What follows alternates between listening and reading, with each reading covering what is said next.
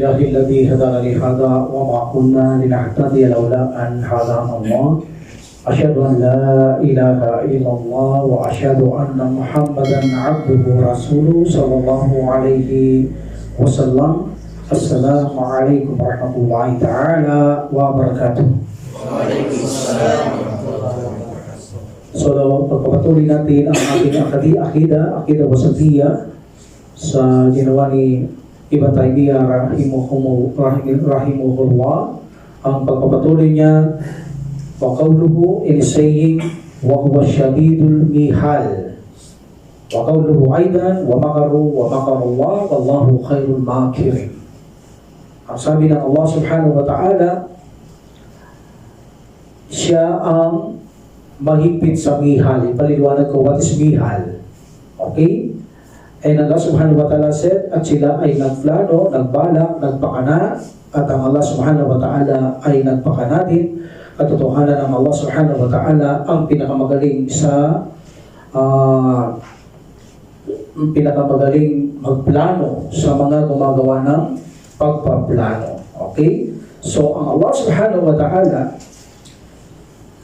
sinabi niya, siya ay mahigpit sa mihal. Actually, in this ayah, 4 ayah ginamit ni Ibn Taymiyyah rahimahullah. Ginamit niya makar al-qaid, al-makar, al-qaid at ang mihal. So here, unahin natin ang mihal. Mihal, according to the other scholar, mihal is punishment. So meaning, siya ang mahigpit sa pagpaparusa, ang Allah subhanahu wa ta'ala. Ang Allah subhanahu wa ta'ala, dito hindi nalaig ang kanyang galit sa kanyang habag. Yan ay pangako ng Allah subhanahu wa ta'ala. That's why siya Rahman. Ibig ang mga hindi mananampalataya, pinagkakalooban niya ito ng kanyang mga biyaya at binibigyan mga palugit, binibigyan pagkakataon na makapagbalik sa kanya bago sila parusahan. But ang Allah subhanahu wa ta'ala, remember, ang kanyang galit sa kabilang buhay sa mga hindi mananampalataya ay walang kasing pagsik. Ang kanyang kaparusaan doon sa impyernong apoy, ipalayo tayo ng Allah subhanahu wa ta'ala ng Rabbil Alamin. Walang tao ang makakagawa ng kanyang kaparusahan. Hindi kakayanin ng sino mang tao ang gumawa ng kaparusahan na gagawin ng Allah subhanahu wa ta'ala sa mga mananahan sa impyernong apoy. Napakabagsik niya. Wala siyang awa. Iba na ang mga malaika yung tinatak niya doon o itinutok niya doon. Walang awa ang mga malaika na yun. Itinakda niya ang mga malaika doon sa impyernong apoy nang walang awa. Meaning hindi sila marunong maawa. Hindi sila nakaawa sa kanilang pinaparusahan. Yun ang kanilang pagkalika doon sa impyernong apoy. Can you imagine? Like for example, isang parusa sa impyernong apoy, tumafisil sila tindarau'a. Tumafisil sila tindarau'a pasduko. Diraan pasduko. Ibig sabihin, anong aya? At sila ay talian ng kadena ng haba ay 70 kubiko. Okay? 70 kubiko. Itong kubiko na ito, 7 kubiko, talikala, ipapasok ito sa puwit ng tao. Yun ang gapos. Meron ba nakagapos dito na ipinasok sa puwit ng tao, nilabas sa ilong o sa bibig? Wala. Yun ang kanyang pagkagapos. Ipapasok sa likuran ng tao at lalabas sa bibig o ilong niya, sabi ni Ibn Abbas radiyallahu anhu. Tumafisil sa litindarauha, diraan pasluko. Ibig sabihin, sabi niya, para kang binarbecue, ini-stick ka. Ibabarbecue, yung mga barbecue, alam niyo, pag nutusok natin, tinutuhog natin, ganon, sabi niya. Ito ang mahagding parusa. Dahil, iba ang parusang nakatali ka. O kaya naman, hindi ka makatindig sa Ibn Abbas dahil nakatali sa ito, mabigat ito, nakadapa ka, hindi ka alos makagalaw, matindi ang parusang dinadanas mo. Iba ang pinaparusang tumatakbo, nakakagalaw, kahit paano nahihimas-masan ka. Yun hindi. Hindi sila mahihimas-masan. So, gano'ng katindi ang Allah. Meron ba nagpaparusang gano'n na ipasok ang talikala sa likuran ng tao, lumabas sa bibig sa ilong? Actually, ang tao doon, malaki ha? Hindi ganito ang tao doon. Sabi ng Prophet sallallahu alaihi wasallam, ang isang ngipin ng tao doon, silaki ng Mount Uhud. Ang kanyang kapal ng balat, imagine kapal ng balat. 3 days and 3 nights mo itong lalakbayin. Ang mabilis o matulin na lumilipad o mga gabayo, 3 days, gano'ng kakapal ng balat ng tao sa impyerno mo po, napakalaki. That's why malaki rin ang talikalang yaon. So ganun magparusa ang Allah subhanahu wa ta'ala, nakatali ka, sinusunog ka, at binubugbog ka ng mga malaika. Subhanallah, walang kasing paksik na parusa ang gagawin ng Allah subhanahu wa ta'ala doon. Actually, ang pinakamagaan na parusa doon, according to the Prophet sallallahu alaihi wasallam, yung nakasuot ka ng parang sandalya na nagbabaga, na kung saan inililitsyon, binubura ang iyong mukha. Binubura. Because nalilitsyon ka, tulad ng litsyon, nagkakaroon ng crack, naluluto siya, nabubura siya. Ganon. Inaakala ng tao, ito na ang pinakamabigat na kaparusahan. Pero hindi niya alam, sabi ng Prophet sallallahu alaihi wasallam, ito pa lang ang pinakamagaan na kaparusahan sa impyerno ng apoy. Allahu Akbar. Pero ba dito nakasuot ng mga sandalyang nagbabaga? Wala. Hindi kakayanin ng tao ang parusa ng Allah subhanahu wa ta'ala. Hindi mo mahihubad yun. Maliban pa yung tulutan ng Allah subhanahu wa ta'ala, parang nakadikit sa paa mo yun. Hindi mo kayang alisin yun. Ilalagay talaga ng Allah subhanahu wa ta'ala. At maraming parusa, ay na pinapainom ka ng kumukulong likido, tubig, pinaiinom ka, pinagsamang nana at dugo, pinakakain kang sakong, dari, walang mga benepisyo na pagkain. May mga panustos, ngunit ayaw ng tao.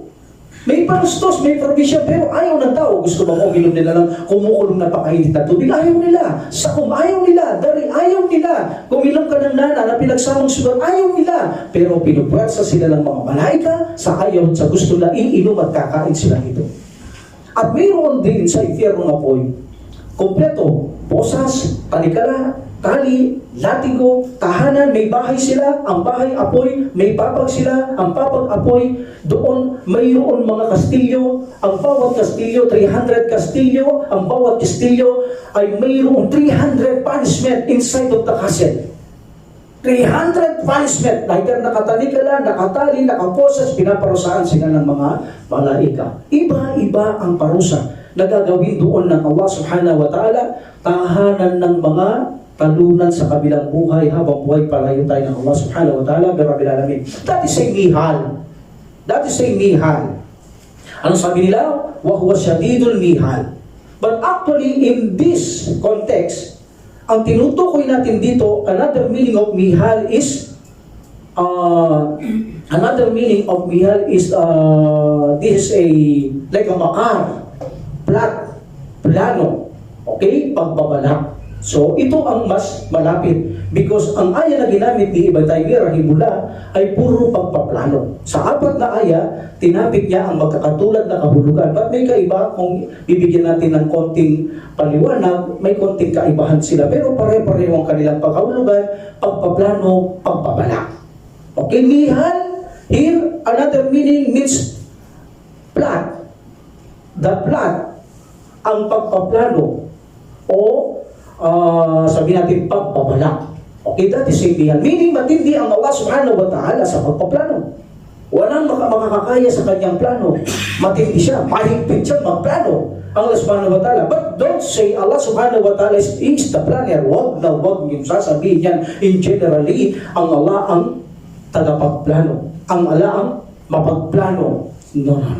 Huwag yung sasabihin yan. Hindi katangian ng Allah ang ganyan. Nagpaplano ang Allah subhanahu wa ta'ala kapag mayroong lang nagpaplano. So you must say, ang Allah pinakamagaling sa mga tagapagplano, sa mga naglaban sa mga nagpaplano. Meaning, kung walang nagpaplano, hindi nagpaplano ang Allah subhanahu wa ta'ala. At ang pagpaplano ng Allah subhanahu wa ta'ala ay palagi sa kabutihan. Hindi siya nagpaplano ng kasamaan o pagtataksil. Nagpaplano siya laban sa kasamaan upang ilagay ito sa kabutihan. Yan ang plano ng Allah o pagpaplano ng Allah subhanahu wa ta'ala. So, here, mihal is like a hilla. Al-hilla to ploy, meaning pagbabalak, sin. Itong ibig sabihin ng pagbabalak ng Allah subhanahu wa ta'ala, kapag may nagpaplanong masama, nagpaplano siya, meaning, para siyang gumagawa ng patibong. Para siyang gumagawa ng patibong na kung saan ang patibong na ito, ang mga kaaway ng Allah subhanahu wa ta'ala na hindi na namamalayan na mahuhulog sila dito. Nagpaplano silang masama, gagawang planong patibong ang Allah subhanahu wa ta'ala hanggang sa mahulog kayo. Ganon magplano ang Allah subhanahu wa ta'ala. So ang Allah subhanahu wa ta'ala, siya ang mihal. Mihal Nagpaplano ang Allah subhanahu wa ta'ala na hindi alam ng kanyang mga kaaway. At hanggang ang kanyang mga kaaway ay malublob sa patibong ng Allah subhanahu wa ta'ala. That is signihan. Another, wa makaru wa makarallah.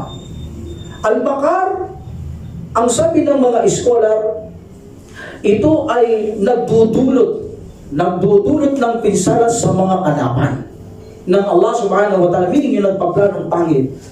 Ito'y nagdudulot ng kasamaan sa pamamagitan ng paggawa niya ng lihim, gumagawa ng lihim ang Allah subhanahu wa ta'ala ng mga hakbang tungo sa pagkakamali ng mga gawain ng mga masasama hanggang ito'y makamit niya ng Allah subhanahu wa ta'ala na maihulog sila mula sa patibong ng Allah subhanahu wa ta'ala. Meaning ang Allah subhanahu wa ta'ala, lihim din siya. Walang nakakaalam. Siya nakakaalam nito. Gumagawa siya ng kanyang plano, pagpaplano laban sa mga gumagawa ng masamang plano. Lihim ito. Siya lang ang nakakaalam. Walang nakakaalam hanggang ang kanyang mga kaaway ay mahulog sa patibong ng Allah subhanahu wa ta'ala. Hanggang sa pinsalahin, hanggang sa parusahan sila ng Allah subhanahu wa ta'ala. That is al-makar. Al-makar, minsan ito ay kasalitang kapuri-puri. But sometimes ang salitang makar, ito ay hindi kapuri-puri. Ibig sabihin, ang Allah subhanahu wa ta'ala, ang kanyang makar ay palaging kapuri-puri, al-makar. Sapagkat hindi nagpaplano ng Allah subhanahu wa ta'ala ng masama. Palagi lang siyang nagpaplano ng kabutihan. That's why huwag niyong sabihin sa Allah subhanahu wa ta'ala, siya ang tagapagplano. Don't say that. Sapagkat ang makar ay dalawang meaning. Either kapuri-puri o hindi kapuri-puri. Meaning lilitaw na ang Allah kapag sinabi niyo siyang tagapagplano, lilitaw na siya ay minsan hindi kapuri-puri. Lumilitaw na ang plano ng Allah subhanahu wa ta'ala, minsan ay pagtataksil. So, huwag niyong sasabihin, Allah subhanahu wa ta'ala is secret platter o the platter. Huwag niyong sasabihin yan. Hindi katangian yan ng Allah subhanahu wa ta'ala. Ang katangian ng Allah subhanahu wa ta'ala, siya ang pinakamahusay pagplano laban sa mga nagpaplano. Yun ang sasabihin niyo. He is the best planner sa mga taong gumagawa ng plano. Meaning, yung taong yung gumagawa siyang plano, pagtataksilat kasamaan. Ang Allah gagawa siya ng plano ng Allah subhanahu wa ta'ala, puro lang kabutihan. Hanggat walang nagpaplano, hindi gumagamit ng pagpaplano laban sa mga masasama ang Allah subhanahu wa ta'ala. Meaning, this is a attributes of Allah. This is not general. This is not general. Ito ay kapag walang gumagawa, restricted lamang ito. Hindi ginagamit ng Allah ang pagpaplano laban sa mga masama. Tulad ng pagpaparusa, hindi yan pangalan ng Allah subhanahu wa ta'ala. Ito'y attributes ng Allah. Kung walang gumagawang masama, hindi pumaparusa ang Allah subhanahu wa ta'ala. So ito'y restricted lang. Hanggat walang gumagawa, hindi ginagawa ng Allah subhanahu wa ta'ala ito. Alam natin ang pangalan ng Allah subhanahu wa ta'ala ay palaging kumikilos ang mga pangalan at katangian ng Allah subhanahu wa ta'ala ng walang hanggan, walang katapusan. Ngunit ang mga ito hindi. Kung walang nagpaplano, hindi nagpaplano ang Allah subhanahu wa ta'ala. Kung walang masama, hindi nagpaparusa ang Allah subhanahu wa ta'ala. That is only attributes ng Allah subhanahu wa ta'ala.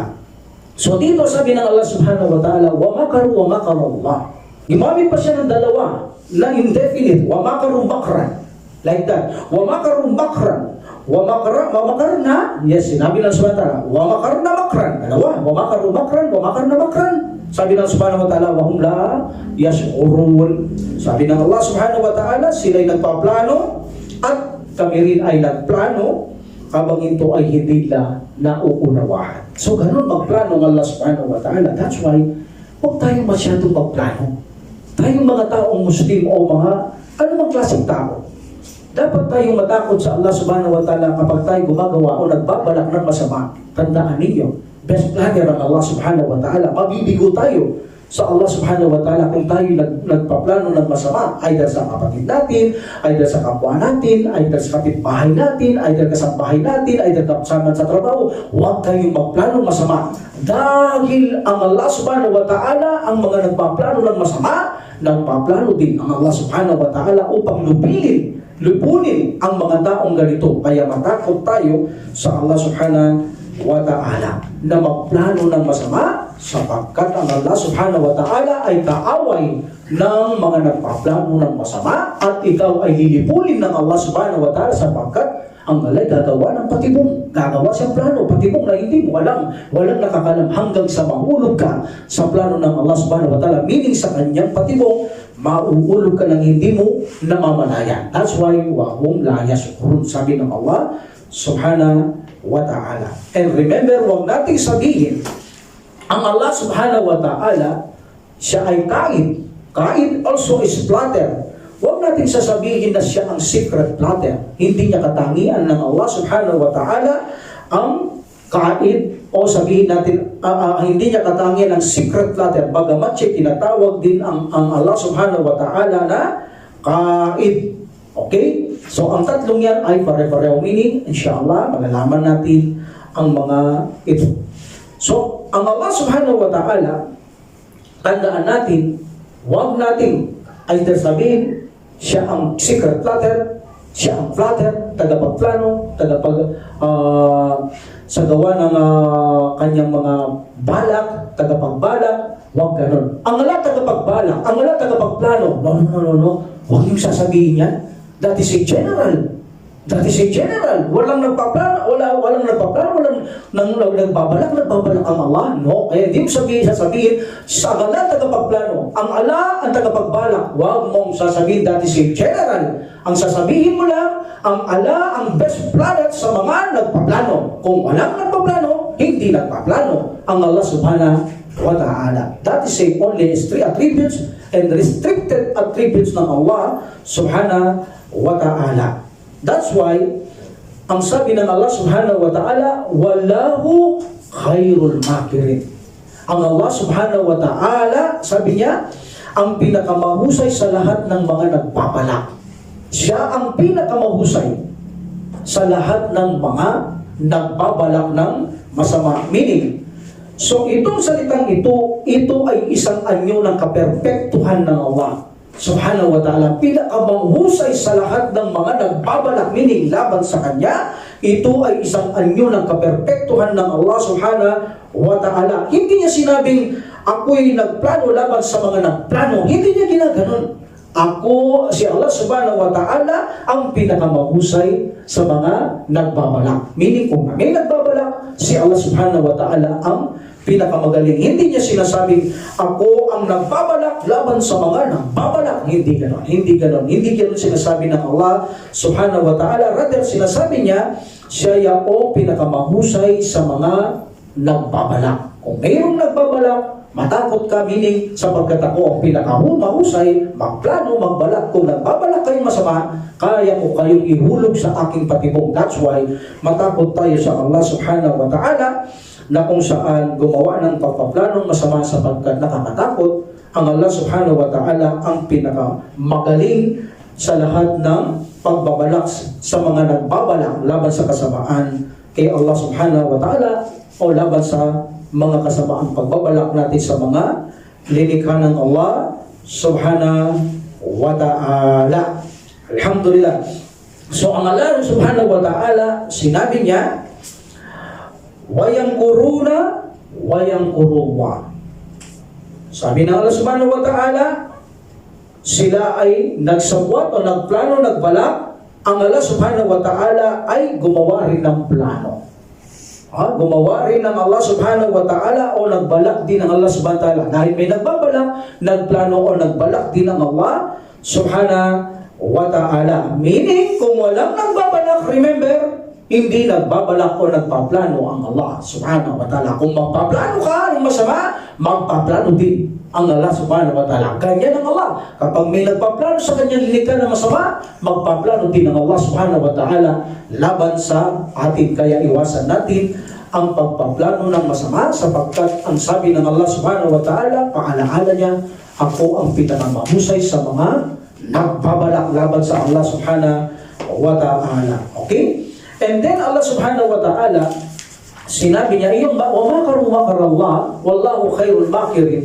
Ito ay revelasyon kay Isa alayhis salam.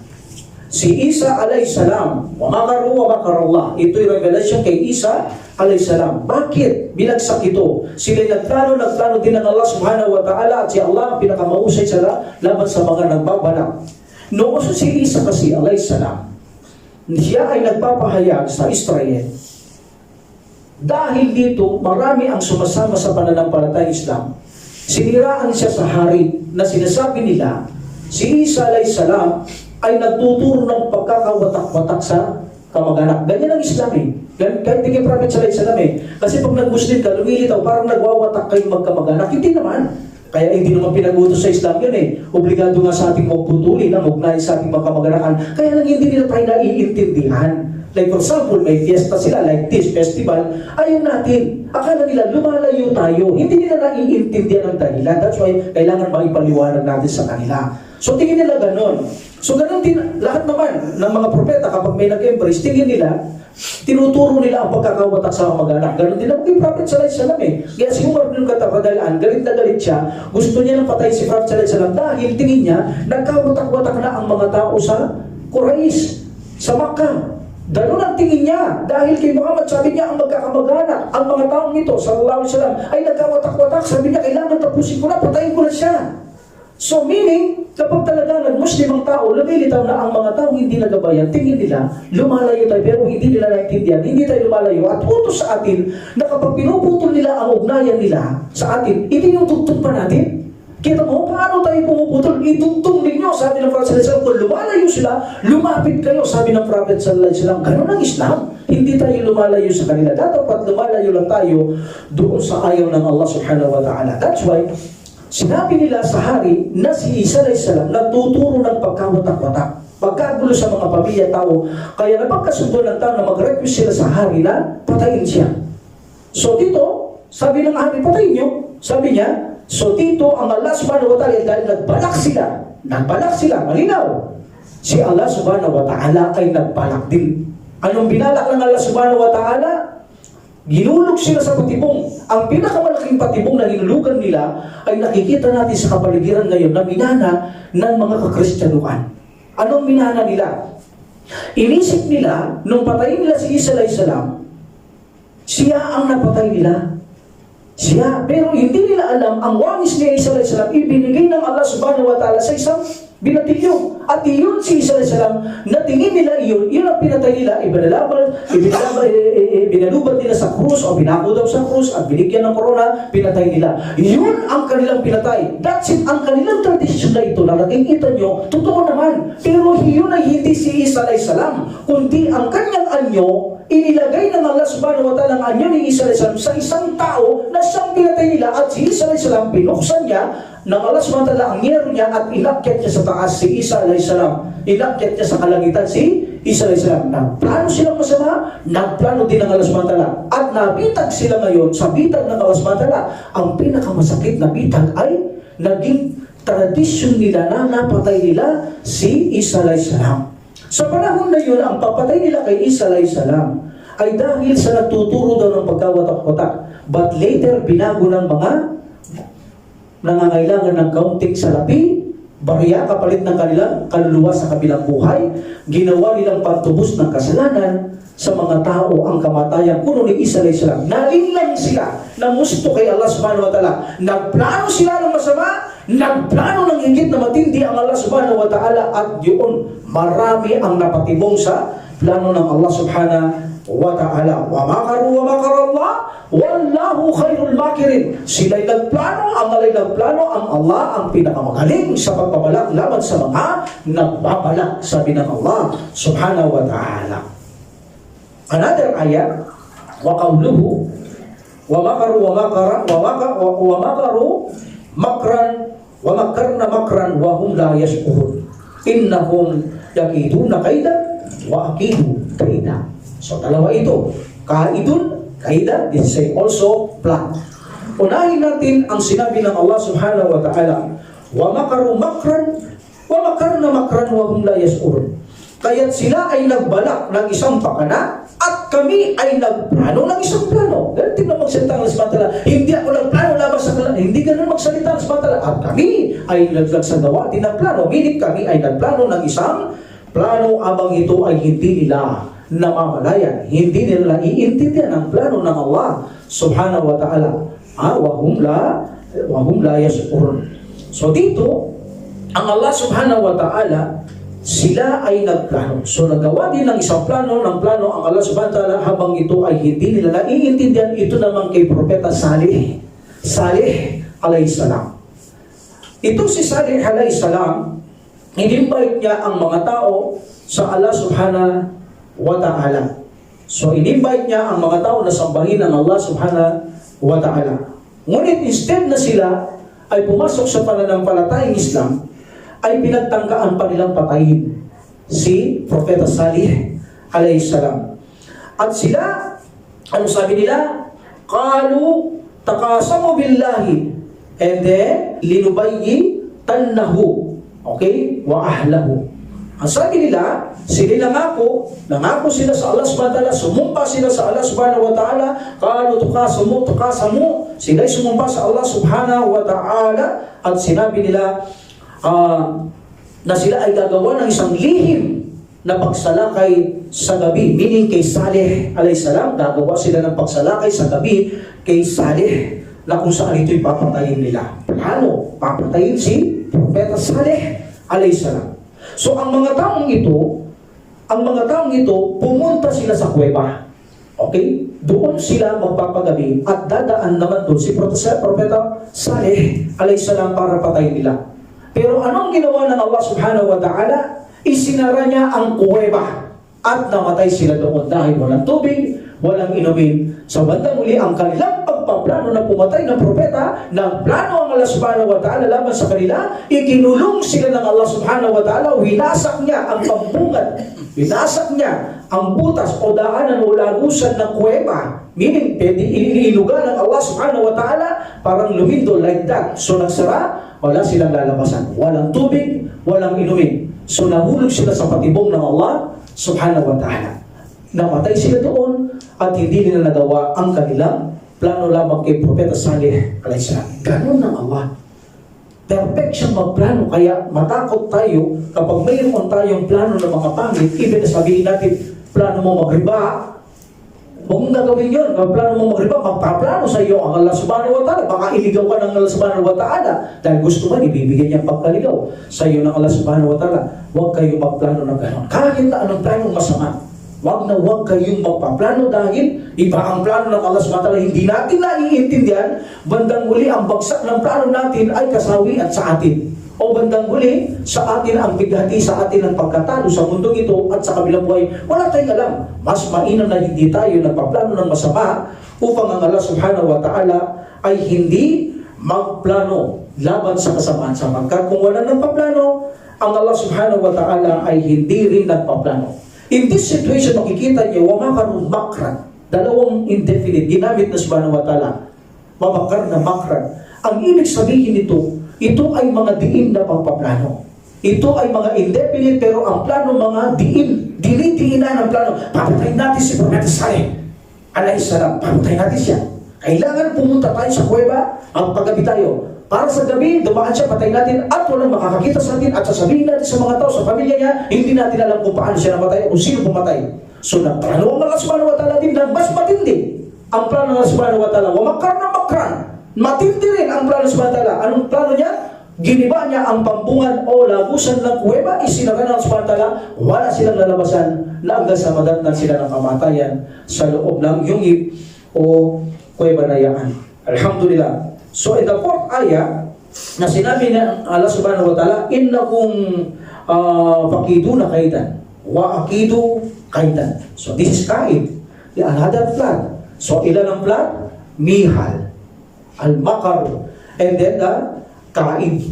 So pareho-pareho ito sa Quran.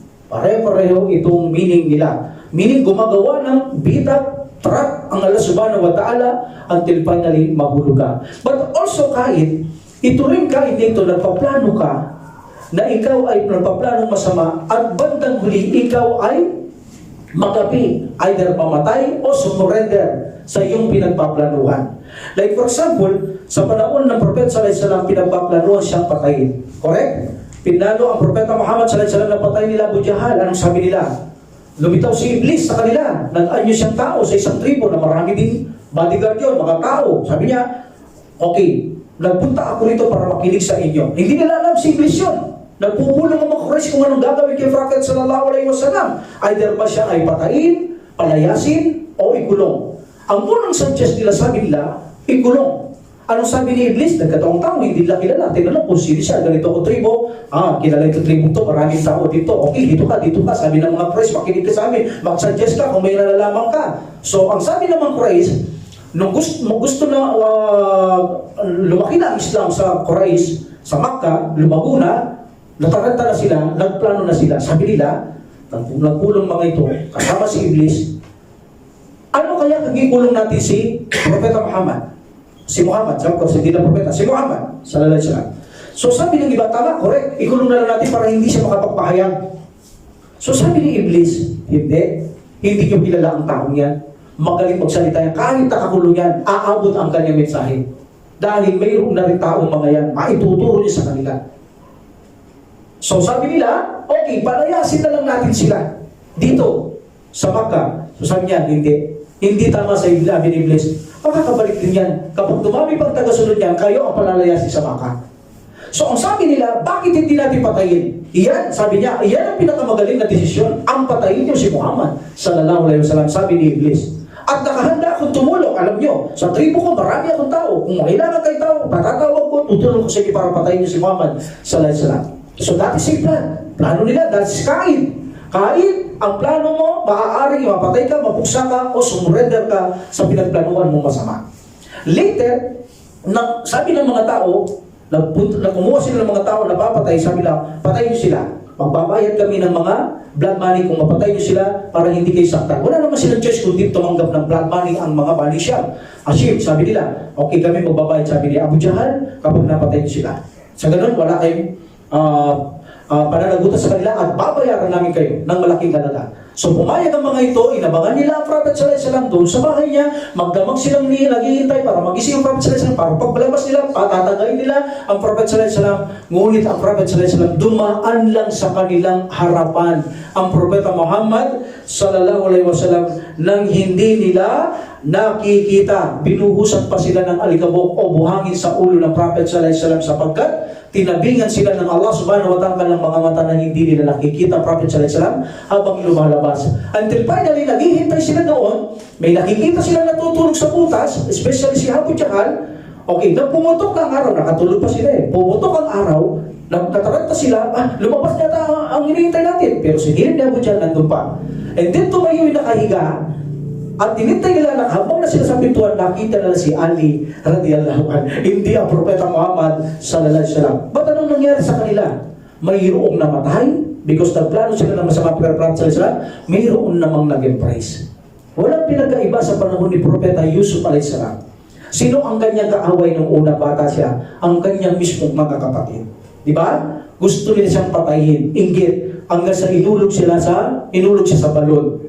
So, and finally, because Kain, and finally, sila ay surrender kay Yusuf alayhis salam.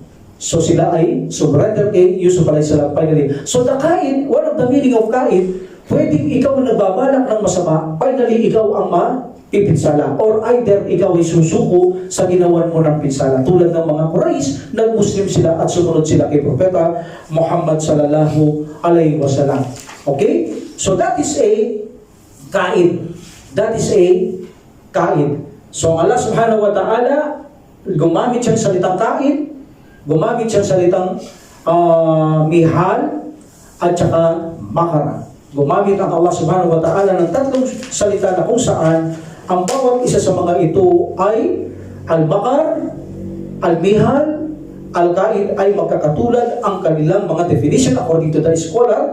Ang Allah subhanahu wa ta'ala gumagawa siya ng plano na kung saan sasalakayin niya ang kanyang mga kalaban ng walang kaalam-alam. Meaning, gumagawa siya ng bitag, nagpaplano sila, gagawa rin ng plano ng samantala, hanggang finally mahulog sila sa bitag ng Allah subhanahu wa ta'ala. Okay? Hanggang sa mahulog sila sa bitag ng Allah subhanahu wa ta'ala. That is a Al-Makar, Al-Kain, Al-Mihal.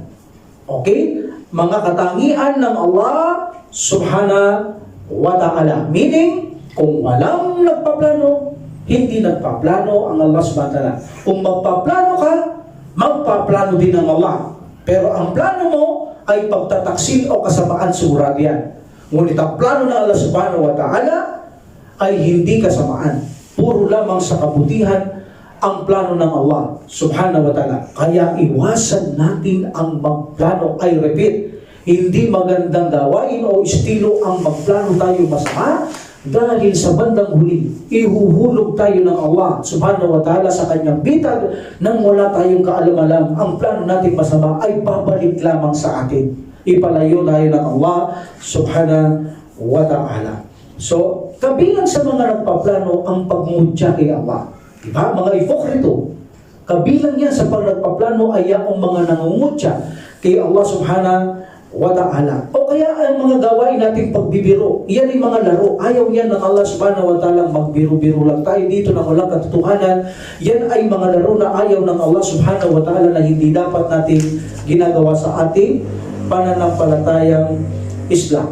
Alhamdulillah. So, dito, ang mga hipokrito, like for example, ang pangungutya, wa idha lahul ladina amanu qalu amanna wa idha khalu ila syayatihim qalu inna ma'akum. Sasabihin nila, kapag ang Muslim kasama nila, nananampalataya kami. Kapag kasama nila ang mga hindi Muslim, tunay na kami ay sa inyo. At kami, sasabihin nila, kami ay nangungutya lamang. Innama nahnu yastazi'un. Yan ay plano nila. Plano nilang kutsain ng Allah, plano nilang kutsain ng mga mananampalataya sa panahon ng mga hipokrito. Nagplano din ng Allah subhanahu wa ta'ala. Ano nangyari sa mga hipokrito to? Later, pinapatay silang lahat ng Propeta Muhammad sallallahu alaihi wasallam dahil sa kanilang pagtataksil, pagkakalalo sa mga Muslim, inubos sila. Pinatay silang lahat, pinapatay ng Propeta Muhammad sallallahu alaihi wasallam ang mga taong to. Meaning, bumalik sa kanila, bumanda sa kanila ang masasamang plano nila sa mga Muslim. Ang banda sa kanila ay kapalit ay pagkalupig o kamatayan. Sapagkat ang sabi ng Allah subhanahu wa ta'ala, Allahu yastazzi'u bihim. Ang Allah ay mangungutya rin sa kanila. One of the attributes ng Allah ay nangungutya ang Allah. Pero huwag niyo sabihin ang Allah ay mangungutya. Ang Allah tagapagkutya. Wag! Hindi yan ganyan ang attributes ng Allah. Ang attributes ng Allah, siya ang mangungutya sa mga nangungutya. Meaning kung walang nangungutya, hindi nangungutya ang Allah subhanahu wa ta'ala. Kung nangungutya ka, mangungutya din ng Allah subhanahu wa ta'ala. Meaning, hindi ginagawa ng Allah subhanahu wa ta'ala ang mangutya ng walang nangungutya. At maling sabihin natin ng Allah ang tagapagkutya, hindi natin pwede sabihin yan sapagkat general yan, lilitaw na ang pangungutya ay mayroong mabuti, mayroong masama. Meaning, may kapuri-puri, hindi kapuri-puri. Ang pangungutya ng Allah subhanahu wa ta'ala ay kapuri-puri sa mga gumagawa ng pangungutya na hindi kapuri-puri. So meaning, huwag niyo sasabihin ng Allah subhanahu wa ta'ala ang tagapangutya. Hindi. Ang Allah subhanahu wa ta'ala, kanyang katangian, siya ay nangungutya sa mga nagbabalak ng pangungutya. At siya ang pinakamagaling, pinaka-the best mangutya laban sa mga nangungutya, sa mga nilikha ng Allah subhanahu wa ta'ala. So alhamdulillah, sa mga taong nagsasalita na mga gumagawa ng tahrif, ta'til, sinasabi nila, hindi karapat-dapat sa Allah subhanahu wa ta'ala na is-describe daw natin siyang nagpaplano o nagbabalak laban sa mga nagbabalak sa Kanya. Sapagkat sabi nila, ang pagbabalak ay katulad ng mga nilikha. Kapag nagbabalak, pwede ka puri-puri, pwede itong hindi ka puri-puri. Like for example, sabi nila, radiyallahu anhu wa radu'an. Diba? Ang Allah ay magagalak sa kanila at sila rin ay magagalak kay Allah. Walang pinagkaiba yun, sabi nila. Pero ito ay mali. Why? Unang-una, kinokontra nila ang mga salafus salih. From the Sahaba, Tabi'in and Tabi'in. Okay, kung sasabihin nila, wala naman daw na sinabi nila na ito ay black. Walang ganon. Sabi nila, yes. Sabi ni Ibn Taymiyyah rahimahullah, ang kanilang ijma ay ang kanilang pananahimik.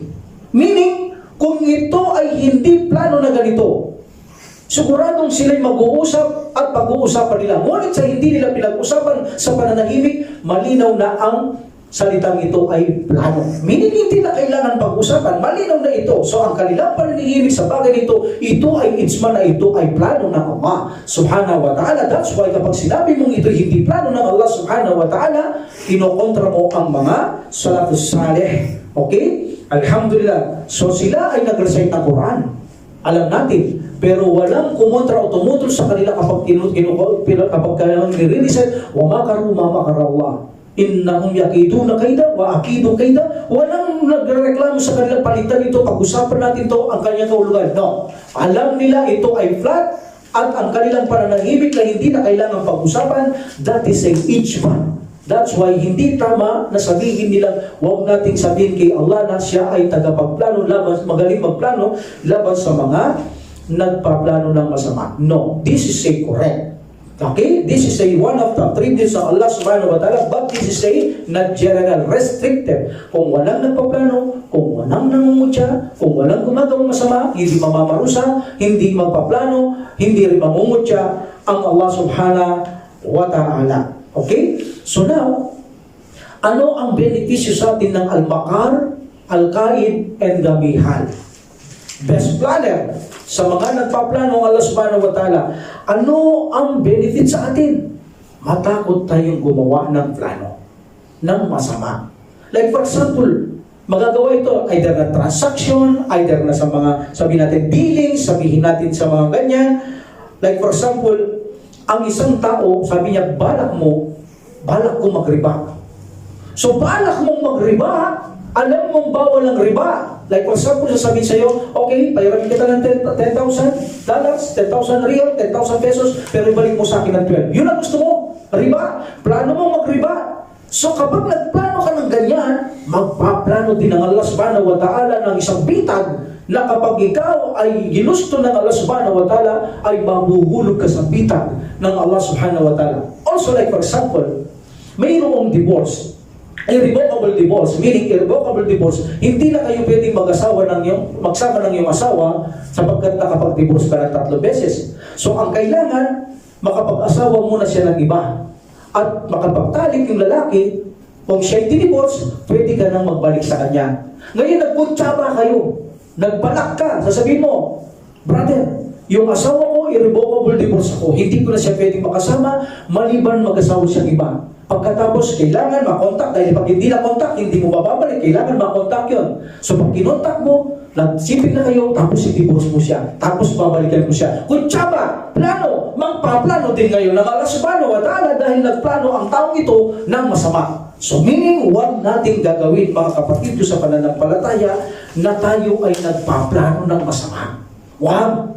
Kahit gusto mong magplano ng masama, gusto mong pumatay, gusto mong magnakaw, gusto mong manloko, gusto mong mandaya, pag nagplano ka, automatic magpaplano na si Allah subhanahu wa ta'ala. Dapat tayo matakot sa plano ng Allah subhanahu wa ta'ala dahil sabi niya, ako ang pinakamagaling na nagpaplano laban sa mga nagpaplano. Meaning, ang plano ko mabuti, dahil nilulubig ko ang plano ng masasama. Kapuri-puri ang aking plano, samantalang sa kanilang plano, hindi kapuri-puri dahil kataksilan at kasamaan ng plano nila, samantalang ako, nilulubig ko, inihadlangan ko ang mga gawain kataksilan at kasamaan. That's why ang pagplano ng Allah subhanahu wa ta'ala ay kapuri-puri at kailanman ay hindi masasapit sa hindi kapuri-puri tulad ng plano ng mga ibang tao. So, di ba? So, meron din naman taong, di ba, nagpaplano kang masama, aawatin mo, bro, huwag ka gagawang ganyan, masama yan, di ba? So, nagpaplano ka rin na, hadlangan mo siya.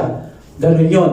So, ikaw, masama ang plano mo, may plano ka puri-puri. Ikaw naman, napakasama. But, remember, ang Allah subhanahu wa ta'ala, hindi natin katulad. Minsan mayroong kapuri-puri tayong papaplano, minsan mayroong masama. But ang Allah subhanahu wa ta'ala, ang kanyang plano ay palagi lamang kapuri-puri at hindi mahuhulog sa kasamaan ang plano ng Allah subhanahu wa ta'ala. Wa qawluhu wa in tubadu khairan aw tukhfuhu aw ta'fu an su'in fa inna Allah kana ghafuran afuwan qadira. Okay. Wal ya'fu wal yasfahu alla tuhibbuna an yaghfirallahu lakum wallahu ghafurur rahim. Ano sabi ng Allah subhanahu wa ta'ala? Kahit na ilantad ninyo ang inyong mabuting gawa o kaya itago nyo ang mabuti nyong gawa o kayo ay magpaumanhin, katotohanan ang Allah subhanahu wa ta'ala ay apu and kadir. Apu and kadir ang Allah subhanahu wa ta'ala. And then sabi niya, Hindi ba ninyo maibigan o nagugustuhan ng Allah subhanahu wa ta'ala ay magpatawad sa inyo? At si Allah ay lagi nagpapatawad, ang mahabagin. So here, another attributes of Allah subhanahu wa ta'ala is al-afu. Afuhul. Al-afu, pardon. Iba ang pardon, iba ang gafur.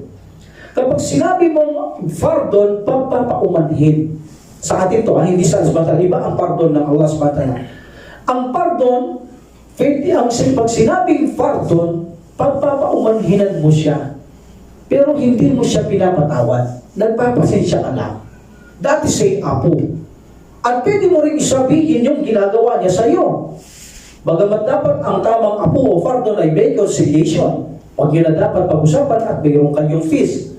Pero sometimes nasasabi ng tao yan. Dahil galit siya pero hindi niya pinapansin. That is say apo. Nagpapaumanhin ka, ngunit hindi mo siya pinapatawad. Iba ang magfira. Ang magfira, yung nagpapatawad, Ghafurur Rahim, meaning ang Allah subhanahu wa ta'ala, ang Allah subhanahu wa ta'ala, ito ay nagagamit sa nagkasala. Ang Ghafur, nagkasala ka, pinapatawad ka ng Allah subhanahu wa ta'ala. Pagdating sa Allah, ang kanyang pardon, ang kanyang apo, yung mga obligasyon natin hindi ginagawa, pinagpapaumanhin ng Allah subhanahu wa ta'ala. Muslim ka pa rin, except sala. Hanggang tanggap mo ang obligasyon mo, like for example, fasting, hajj, sakat, hindi mo ginagawa, kaya mong gawin, kaya mong bigay sakat, ayaw mong gawin mag-fasting, ayaw mong mag-hajj, ayaw mong sakat, Muslim ka pa rin. Hanggang naniniwala ka na ito'y obligadong gawin at ikaw ay makasalanan dahil hindi mo ginagawa, pinagpapaumanhin ka ng Allah subhanahu wa ta'ala sa iyong ginagawa. Pero, hindi ka pinapatawad ng Allah subhanahu wa ta'ala, ipinagpapaumanhin ka lang niya. Ayaw kanya parusahan, pinagbibigyan ka lang ng Allah subhanahu wa ta'ala. Pero Muslim ka pa rin, except sala. Ang magpira kapag nakagawa tayong kasalanan sa Allah subhanahu wa ta'ala, ay humihingi tayo ng tawad. Yun ang gapur ng Allah subhanahu wa ta'ala, o magfiratun. Yun ang pagpapatawad. So iba ang pardon, iba ang forgiveness, forgiving. No? Iba ang pagpapatawad, iba ang forgive, iba ang pardon ng Allah subhanahu wa ta'ala. At iba rin yung sa atin. Hindi magkatulad sa Allah subhanahu wa ta'ala. So that is the apu. And the kudra, Qadir, is the power. Meaning ang Allah subhanahu wa ta'ala makapangyarihan, mapwersa, malakas. Okay? So ano ang benefits nito? Bakit pinagsama ng Allah subhanahu wa ta'ala ang sinabi niyang apuan Qadir? Apuan, pardon, pagpapaumanhin.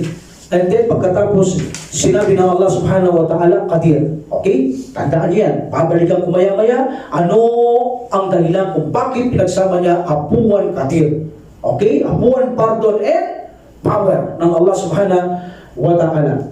In this ayah, dalawa, al-afu and kudra.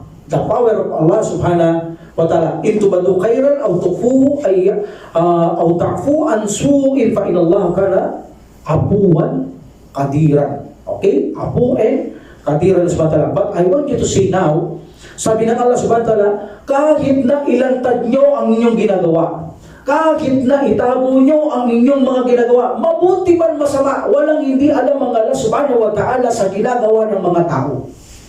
That's a big benefits. Meaning, itong ginagawa natin ito, alam ito ng Allah subhanahu wa ta'ala. Alam niya ang ayaw pumunta rito. Alam niya ang gusto mag-aral. Alam niya ang ayaw mag-aral. Alam niya ang lahat ng ating sinasabi. Alam niya ang ating lahat na tinatagong ginagawang mabuti at masama. Nakalantad man ito nakaligid. Walang hindi alam ang Allah subhanahu wa ta'ala. Kaya sabi niya, kahit ilantad niyo ang ginagawa niyo mabuti o itago niyo mabuting gawa, meaning kahit na masama, ilantad mo, itago mo, alam yan ng Allah subhanahu wa ta'ala. So sinabi ng Allah subhanahu wa ta'ala, alam ng Allah subhanahu wa ta'ala ang lahat ng ating tinatago at kinukubli din, sabi niya, at kayo ay magpaumanhin sa kasamaan, masamang gawa. Magpaumanhin, pardon and evil. Sabi ng Allah subhanahu wa ta'ala. So magpaumanhin kayo. Sapagkat ang Allah ay apun, mapagpardon din ng Allah subhanahu wa ta'ala. Gusto mong pardonan ka ng Allah, pagpaumanhin ka, matuto kang magpaumanhin. Meaning, na utos ng Allah subhanahu wa ta'ala. Sabi niya, in tubadu khairan aw tukfuhu aw ta'fu an su'in fa inna Allah kana afuwan qadira. So, kayo ay magpaumanhin din. Magpaumanhin, sabi ng Allah subhanahu wa ta'ala. So, remember, I repeat, al-afu fardo, ito ay hindi nagpapatawad, nagpapaumanhin lamang sa ginagawa ng isang tao. Hindi siya nagpapatawad. Hindi niya pinapansin, pinababayaan niya lang. But, bakit pinagsama ng Allah subhanahu wa ta'ala ang Qadir at ang Apu? Because ito ang perfection ng mga nagpapaumanhin. Mayroong kang puwersa, lakas para parusahan mo siya. Ang Allah subhanahu wa ta'ala, mayroon siyang puwersa, kapangyarihan para parusahan niya tayo. Ngunit nagpapaumanhin siya. Yan ang perfectong pagbibigay ng pardonable. Kaya mong parusahan ng tao. Dahil ng ating na para sa Islam. Di ba? Ang taong mapagtimpi, nagpapasensya, bagamat kaya niyang gantian ng kamay ang tao, hindi niya ginagawa. Nagpapaumanhin siya.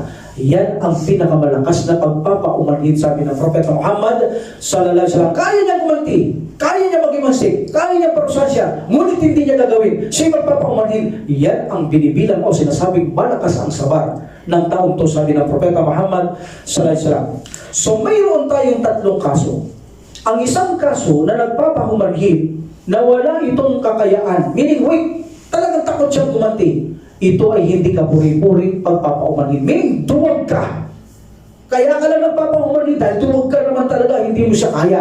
Meaning, wala kang power, wala kang lakas na ginagamit, kundi ka duwagan. Pagpapaumanhin mo naman, pero totoo, duwag ka. Yan ay hindi ka puri-puri pagpapaumanhin dahil wala kang kakayaang gumanti dahil sa katuwagan mo o kahinaan mo. Number 2, yaong mayroong kang lakas ngunit ayaw mong gamitin. Meaning, wala kang pakialam sa lakas mo. Wala kang kailanman iniisip na gumanti o kaya parusahan.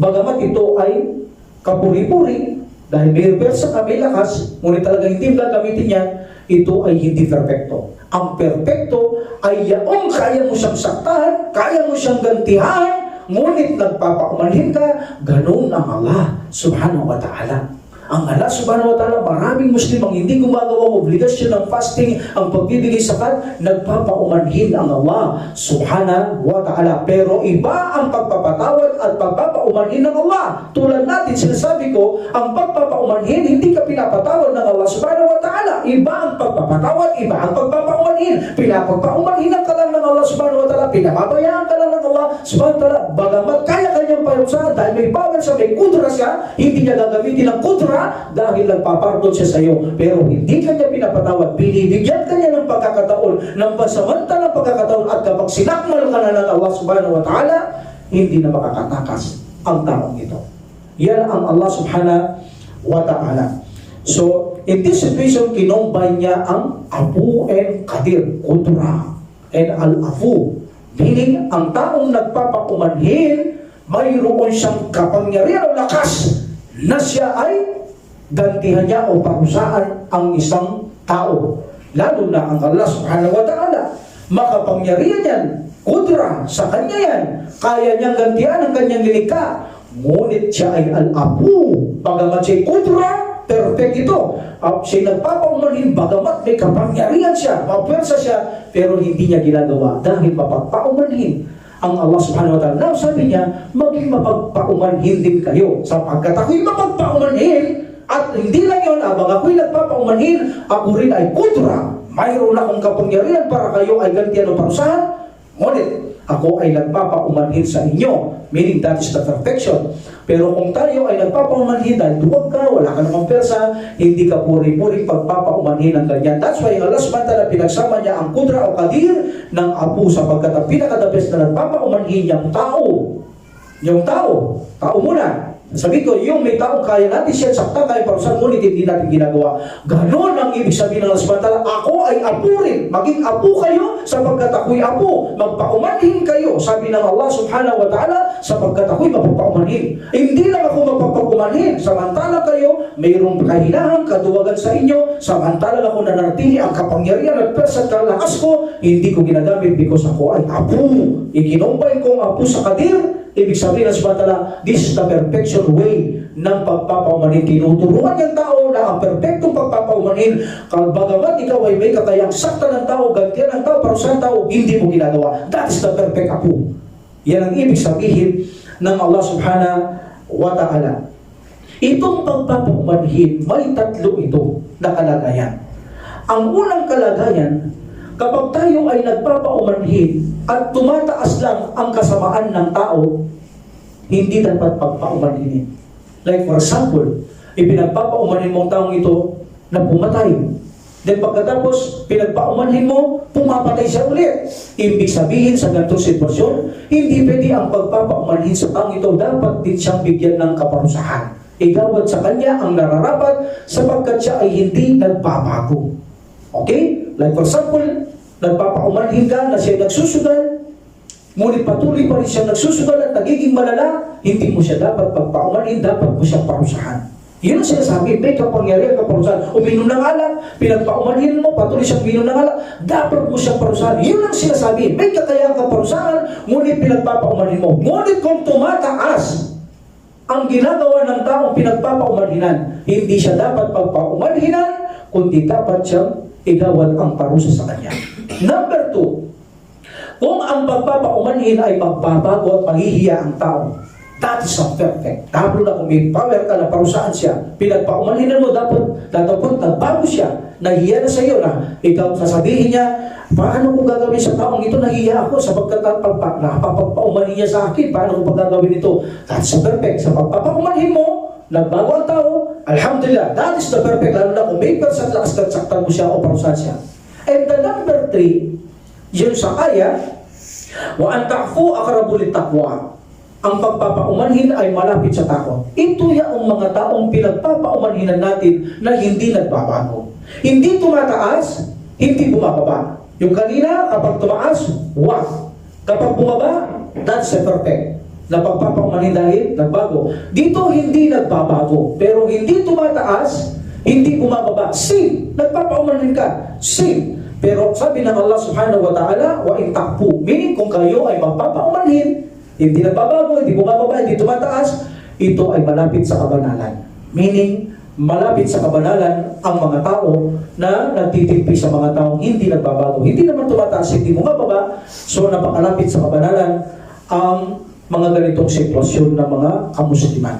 So meaning may tatlong sitwasyon ang pagpapaumanhin. Kung siya ay nagiging lalong masama, dapat siyang parusahan, igawad sa kanya ang nararapat sa taong ito. Alhamdulillah. So meaning, here, ang Allah, ang alafu, ang Allah, ang siyang mapagpaumanhin. Tinuturuan niya rin tayong magpaumanhin. At ang the best na pagpapaumanhin, ano yun? Yung paper sa tayo. May lakas na sakta ng tao at parusahan, ngunit hindi natin ginagawa. Ganun din ang Allah, subhanahu wa ta'ala. Sa atin, minsan nawawala persa, pero sa kanya, nananatili ang kanyang kapangyarihan, ang kanyang lakas, at ang kanyang persa. Inuutusan niya tayo na maging mapagpaumanhin. Sabi niya, sapagkat ako rin ay mapagpaumanhin ko, kayo mapagpaumanhin, lalo higit ako. At ang aking pagpapaumanhin, ako'y makapangyarihan, may power ko, kaya ko kayong gawin kahit anong gusto ko, pero hindi ko ginagawa sapagkat ako'y mapagpaumanhin. Ganon din kayo. Dapat kayo maging mapagpaumanhin, huwag niyo silang pansinin. Alhamdulillah, yun ang utos ng Allah subhanahu wa ta'ala sa atin. Okay, so ginombay niya dalawang pangalan ng Afu at Al-Qadir ng Allah subhanahu wa ta'ala. Okay? So, Al-Qadir is the possessor of power. Ang nagtataglay ng kapangyarihan na hindi kayang taglayin ng mga linikha ng Allah subhanahu wa ta'ala. So, this is Al-Afu and Al-Qadir is also name of Allah subhanahu wa ta'ala. But here, ginamit niyang attributes. But, ang attributes na Qudra and Afuwan, this is from the name of Al-Afu and Al-Qadir or Al-Qudra. Meaning, pangalan din yan ng Allah subhanahu wa ta'ala. And then he said, وَلْيَعْفُوا وَلْيَسْبَحُوا أَلَا تُحِبُّونَ أَنْ يَغْفِرَ اللَّهُ لَكُمْ وَاللَّهُ غَفُورٌ رَحِيمٌ. At kayo, sabi ng Allah subhanahu wa ta'ala, ay magpaumanhin at magpatawad. Magpaumanhin at magpatawad, sabi ng Allah subhanahu wa ta'ala. Let them pardon and forgive. Kayo'y ayaan silang magpapaumanhin at maging mapagpatawad. Hindi nyo ba nais na ang Allah subhanahu wa ta'ala ay mahalin niya kayo? Ha? Hindi nyo ba nais? Do you not love or like? Hindi nyo ba nais o gusto ng Allah ay patawarin kayo? Yan palang ibig sabihin. Hindi nyo ba nais ng Allah subhanahu wa ta'ala o hindi nyo ba gusto ng Allah subhanahu wa ta'ala ay patawarin niya kayo at siya mapagpatawad ang mahabagin. Itong aya na ito, bumagsak to kay Abu Bakar radiyallahu anhu. Alam niyo ito, ang story nito ay sikat na sikat. Ang slander kay Aisha radiyallahu anha. Nung siniraan siya ng mga hipokritong na siya ay nakiapid, si Aisha radiyallahu anha. Subhanallah, hindi lang mga hipokrito, isang kamag-anak ni Abu Bakar radiyallahu anha ang nakisawsaw dito at siniraan niyang puri si Aisha radiyallahu anha, samantalang ito ay pinsan ni Abu Bakar na kung saan anak ito ng kanyang tiyahin. Okay, anak ito ng kanyang child, meaning his second cousin. Okay, so ang istorya ito, siniraan niya itong si Aisha radiyallahu anha. Alam niyo sino siya? Si Mistah bin Utata, Mistah bin Utata, Mistah bin Utata. So kamag-anak nito, sinira niya si Aisha, hindi lang hipokrito. So sabi ni Abu Bakar, hindi niya na raw ito tutustusan o tutulungan dahil binibigyan ito ni Abu Bakar. Kasama ito lang immigrate, mahirap ito, binibigyan ni Abu Bakar, pinapakain niya ito, inaalagaan niya ito. Mula na sirain niya si Aisha radhiyallahu anha, nangako siyang hindi niya na bibigyan. That's why, anong sabi ng Subhanahu wa Ta'ala? Ayahan na sila o ayahan na ikaw o sila na maging mapagpaumanin at mapagpatawad. Ayaw mo ba? Meaning, hindi mo ba gusto na ikaw ay patawarin ng Allah? Ano sabi ni Abu Bakar? Gusto ko po ya Allah, na patawarin mo ako. So, nag-reveal ito kay Abu Bakar. At sabi ng Allah, ako ang mapagpatawad, ang mahabagin, sabi ng Allah subhanahu wa ta'ala. So, mula noon, ikinontinue ni Abu Bakar radiyallahu anhu ang kanyang pagbibigay tustos kay Mistah. Ipinagpatuloy niya dahil ang gusto na Abu Bakar radiyallahu anhu na siya ay mapatawad din ng Allah subhanahu wa ta'ala. So, meaning, ang pagpapaumanhin at pagpapatawad ay pinapatawad din tayo ng Allah subhanahu wa ta'ala. That's why mayroon tayo paniniwala sa Islam. Ang taong hindi marunong magpatawad ay hindi ka rin pinatatawad ng Allah subhanahu wa ta'ala dahil kung ang Allah ay mapagpatawad, ayaw mo magpatawad. Kung ayaw mo magpatawad, hindi ka rin patatawarin ng Allah subhanahu wa ta'ala. That's why may hatid tayo ang dalawang Muslim na hindi nagkakasundo. Well, hindi mahalaga, makamundo. Like for example, hindi naman pananampalataya, nagtatampuan, hindi nagbabatian. Alam niyo ba ang kanilang mabuting gawa ay hindi umaakyat? Naka-steady lang. Hindi tinatanggap ng Allah subhanahu wa ta'ala until finally na sila ay mag-meet at sila ay magkasundo. Doon pa lang aakyat sa Allah subhanahu wa ta'ala. Doon pa lang tatanggapin ng Allah subhanahu wa ta'ala ang mga gawain ng mga Muslim na ito. Kaya hindi pwedeng hindi tayo magpaumanhin, hindi tayo pwedeng hindi magpatawad sapagkat ang Allah subhanahu wa ta'ala nag-utos na maging mapagpaumanhin at mapagpatawad at sinabi ng subhanahu wa ta'ala, ako ay mapagpatawad at mahabagin. Tiyak na ikaw ay patatawarin ng Allah subhanahu wa ta'ala kung tayo ay marunong magpatawad, especially ang habang ng Allah subhanahu wa ta'ala ay mapasa atin ang abang ng Allah subhanahu wa ta'ala. Iyan ang malaking biyaya na maibibigay sa atin ng Allah subhanahu wa ta'ala kapag tayo kanyang ginahabagan upang tayo ay makapasok sa paraiso. Alhamdulillah. So, here, ang sabi ng Allah subhanahu wa ta'ala, wala yatalli ulul fasli minkum wasaati an yu'tul ulil kurba wal masakina wal muhajirina fi sabilillah. Ito ay sakto kay Mistah. Ano sabi nila? At huwag ninyong hayaan na ang kayong binayayaan ng Allah subhanahu wa ta'ala ng kayamanan na isasabihin yung hindi kayo tutulong, hindi kayo magbibigay sa inyong mga kamag-anak, mahihirap, miskin, the poor, at saka yung mga iniwan ng kalandahanan para kay Allah, meaning nagmuhajir tungo sa Madina. Ito ay kay Mistah, sakto-sakto, mahirap siya, nagmuhajir siya, at tinaarugaan o inalaga ni Abu Bakar. So, pinagpatuloy ni Abu Bakar. Meaning, remind ito kay Abu Bakar na hindi niya dapat gawin. Ang sinabi niyang, hindi niya na pakakainin tutulong si Mistah. At nagbayad siya ng kafara, binali niya ang kanyang panumpa, ang kanyang swearing, at nagpakain ng, at siya ay gumawa ng kafara. Ito si Abu Bakar radiyallahu anhu. Let them pardon. Hayaan silang maging mapagpaumanhin.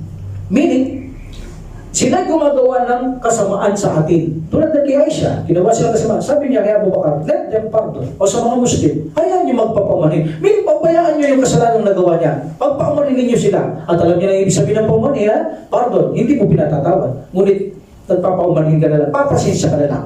Meaning, iba ang pagpapatawad. Here, Ang sabi ng Allah subhanahu wa ta'ala, وَلْيَعْفُوا وَلْيَصْفَحُوا. وَلْيَعْفُوا is afu, pardon. وَلْيَصْفَحُوا, this is a forgive. Okay? And let them forgive. وَلْيَصْفَحُوا, at ayaan silang magpatawad. وَلْيَعْفُوا, ayaan silang paumanhin, at ayaan silang magpatawad. Iba ang وَلْيَصْفَحُوا and وَلْيَعْفُوا, afu. Okay? Iba ang afu and the safa. The afu, the difference of afu and the safa, apo, yaong nagpapaumanhin ka lamang. Ngunit, hindi ka nagpapatawad. Ang safa, yaong nagpapatawad ka dahil sa nagawang kasalanan. So meaning, higit na kapuri-puri ang pagpapatawad kaysa sa pagpapaumanhin lamang o pardon lamang. And then Allah SWT, hindi mo ba gusto, hindi mo ba nais, sabi niya kay Abu Bakar, apply din sa atin, na tayo ay patawarin ng Allah, kung tayo ay magpapaumanhin, kung tayo ay magpapatawad. Ano sabi ni Abu Bakar radiyallahu an? Yes, of course, ya Allah. Gusto kong patawarin mo ako. Itutuloy ko. Itutuloy ko ang pagbibigay. Kahit masakit ang kanyang ginawa. Dahil sinabi ng Allah, maging apo, magpapaumanhin ako, ya Allah. Okay, magpapaumanhin ako. Magpapayan ko na ng kasalanan niya. Hindi ko na lang siya papansinin. Ba't hindi siya bitat, patatawarin ko siya? Iba ang pagpapatawad, iba ang pagpapaumanhin. Kapag sinabi mong, pinagpaumanhin mo siya at pinatawad mo siya, lalo itong kapuri-puri dahil nagpaumanhin ka na, nagpatawad ka pa, lalo kapuri-puri. Kaya sinabi ng Allah subhanahu wa ta'ala, وَلْيَعْفُوا وَلْيَصْفَحُوا, at ayahan silang magpaumanhin at ayahan silang magpatawad. Dalawa. Ayahan magpaumanhin, pagkatawad, kung kaya magpatawad ka, sabi ng Allah subhanahu wa ta'ala. Hindi mo ba gusto na ikaw ay patawarin ng Allah? Of course. Sabi ng Allah, kung mapagpatawad, ako mahabagin kung marunong ka magpatawad, mas lalo akong marunong magpatawad, meaning ang Allah subhanahu wa ta'ala. Ghafur. Ang Ghafur, pakatandaan nyo itong mga nagagraman. Ang Ghafur, ito ay isang aktibong paksa. Al-Ghafur. Ghafur. Allah is Ghafur Rahim. Ang Ghafur, ito ay aktibong paksa o isang pang-uri. Here, in this ayah, Ghafurun Rahim. Ghafurun. So, Ghafurun, this is a active subject. Active subject or aktibong paksa or adverb. Adjective, pang-uri.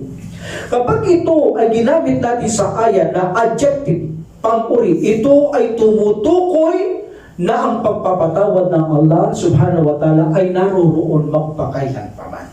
Meaning, naroon palagi ang pagpapatawad ng Allah sa mga humihingi ng tawad sa Kanya. Hindi mawawala kailan pa man hanggat may humihingi ng tawad, hanggat hindi lumalabas sa lalamunan ng kaluluwa o sumikat ang araw doon, palaging nandoon. That is a adjective ng Ghafur. Kung ililiwat mong adjective ito ay naroroon kailan pa man ang pagpapatawad ng Allah subhanahu wa ta'ala. Kung gagawin mo itong aktibong paksa, meaning sa active subject, ito'y nangangahulugan madalas na magpatawad ng Allah. Meaning, hindi nagsasawang magpatawad ng Allah. Madalas na mangyari ang pagpapatawad sa iyo ng Allah. Every time na humingi ka ng tawad, pinatatawad ka ng Allah subhanahu wa ta'ala. Ganun kadalas magpatawad sa iyo ang Allah subhanahu wa ta'ala. That is a Ghafurun. And the Rahim, we know, ito ay para lamang sa mga Muslim, hindi pwede sa kupar, kundi Rahman lang sila.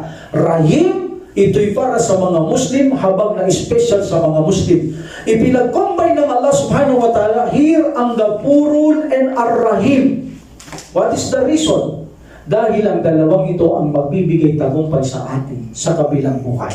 Pinatawad ka ng Allah, at ikaw ay binilang niya sa Rahim. At alam natin, sabi ng Allah subhanahu wa ta'ala, o ikaw paraiso, ikaw ang aking habang. Meaning, walang makakapasok sa iyo maliban sa aking habang. Kaya sabi niya, ikaw paraiso, ikaw ang aking habang. Sa mga pakikitaan ko o bibigyan ko o ipagkakaloob ko ang aking habang sa kanila, meaning, walang makakapasok sa paraiso maliban sa habang ng Allah. At Muslim lamang ang pwedeng pumasok sa paraiso, sapagkat hindi pwede sa kanila ang Rahim sa mga hindi Muslim. That's why ang Muslim ang tagapagmana ng paraiso. Kaya wag kayong tatalikod sa relihiyong ito, sapagkat ang sino mang tumalikod dito na alam niya na ito ang tunay na reliyon at walang makakapasok ng paraiso maliban ng Muslim, kailangan magsasala ng 5 beses sa isang araw, sila lang ang tanging tagapagmana ng trangkahan ng paraiso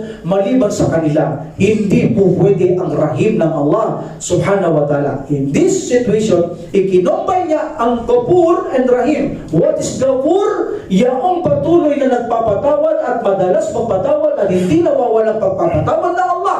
Kapag ikaw ay humingi ng tawad at kapag ikaw ay pinatawad ng Allah, ibinibigay niya ang Rahim para magtagumpay ka sa kabilang buhay. Walang kasalanan, ikaw ay kabilang sa habang ng subhanahu wa ta'ala. Yun ang pwersa ng Ghafur Rahim. Pinagsasama niya madalas ang Ghafur Rahim. Ghafur Rahim, pagkatapos kang patawarin, ibibilang ka sa habang ng Allah subhanahu wa ta'ala upang ang kanyang alipin ay magtagumpay. So inshallah, we will stop here. We will continue this inshallah. Alhamdulillah rabbil alamin wassalatu wassalamu ala rasulillah subhanaka allahumma wa bihamdika asyhadu an la ilaha illa anta astaghfiruka wa atubu ilaik. Assalamualaikum warahmatullahi taala wabarakatuh. Jazakumullahu khairan. Allahu Allahu Allahu Allah Allahu Allahu Allahu Allah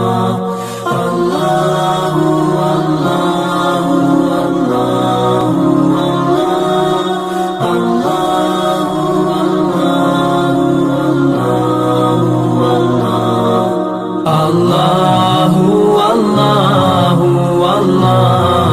Allahu Allah